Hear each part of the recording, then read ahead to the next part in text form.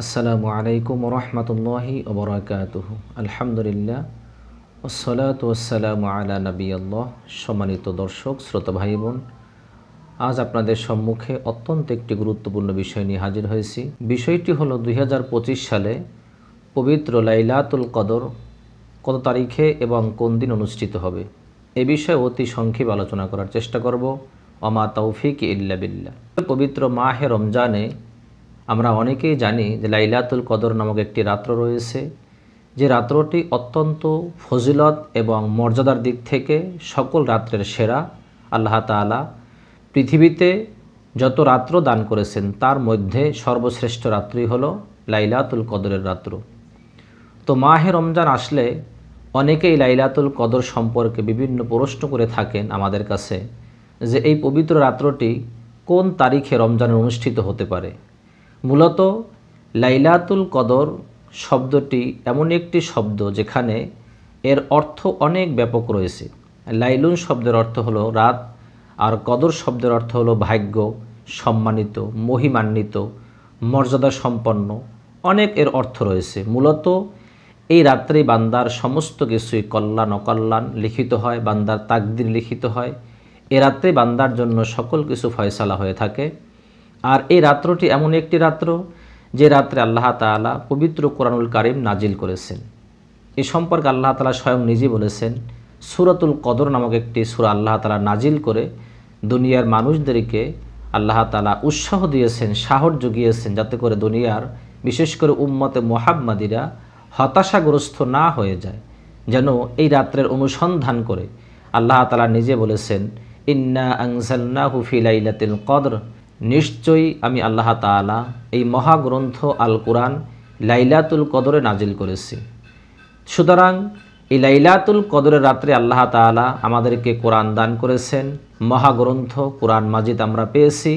আর এই এমন একটি রাত্র রয়েছে যে রাত্র সম্পর্কে আল্লাহ তাআলা নিজে বলেছেন, লাইলাতুল কদরি খায়রুম মিন আলফি শাহর।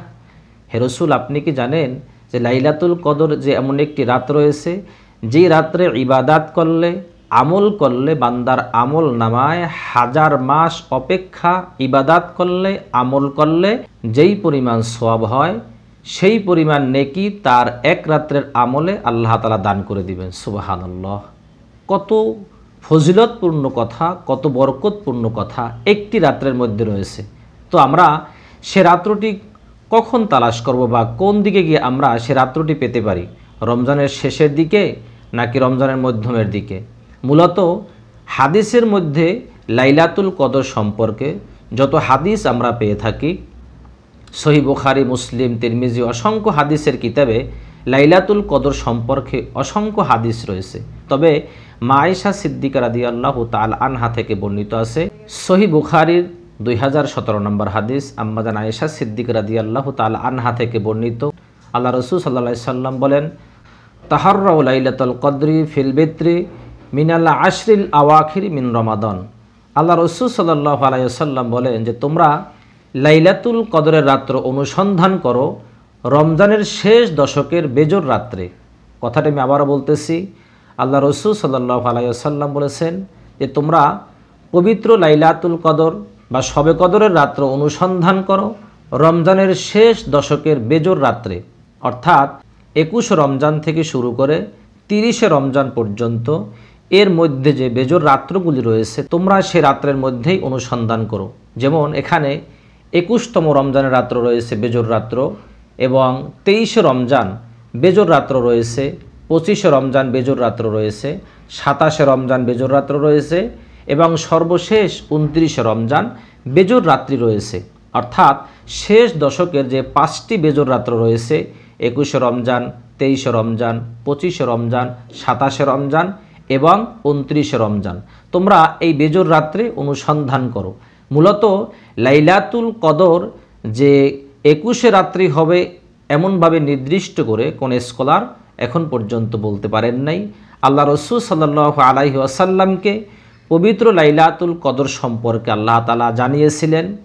এই রাত্রটি কোন দিন অনুষ্ঠিত হবে সেটা আল্লাহ রসুলকে আল্লাহ তাআলা জানিয়ে দিয়েছিলেন, কিন্তু আল্লাহ তাআলা তার অন্তঃকরণ থেকে এই দিন রাত্রিকে আল্লাহ তাআলা ভুলিয়ে দিয়েছেন, যাতে করে উম্মত অনুসন্ধান করে এজন্য আমাদের সকলেরই উচিত রমজানের শেষের দশকের যে রাত্র রয়েছে, বিশেষ করে বেজর রাত্র রয়েছে 21 থেকে শুরু করে 29 রমজান পর্যন্ত, এর মধ্যে 5টি বেজর রাত্র রয়েছে। এই 5টি বেজর রাত্রে আমরা অবশ্যই লাইলাতুল কদর অনুসন্ধান করব। প্রতিটি বেজর রাত্রে আমরা যত রাকাত নফল নামাজ আদায় করতে পারি অবশ্যই আদায় করার চেষ্টা করব। 2 রাকাত করে, 4 রাকাত, 6 রাকাত, 8 রাকাত কোরআন তেলাওয়াত করা, বিভিন্ন তাসবিহ তাহলিল পাঠ করা, মানুষকে দান সাদগা করা। বিশেষ করে রমজানের শেষ দশকের বেজর রাত্রিগুলিতে আমরা অধিক আমল করার চেষ্টা করব, কেননা এই বেজর রাত্রের মধ্যে রয়েছে মহামূল্যবান রাত্রটি লাইলাতুল কদর।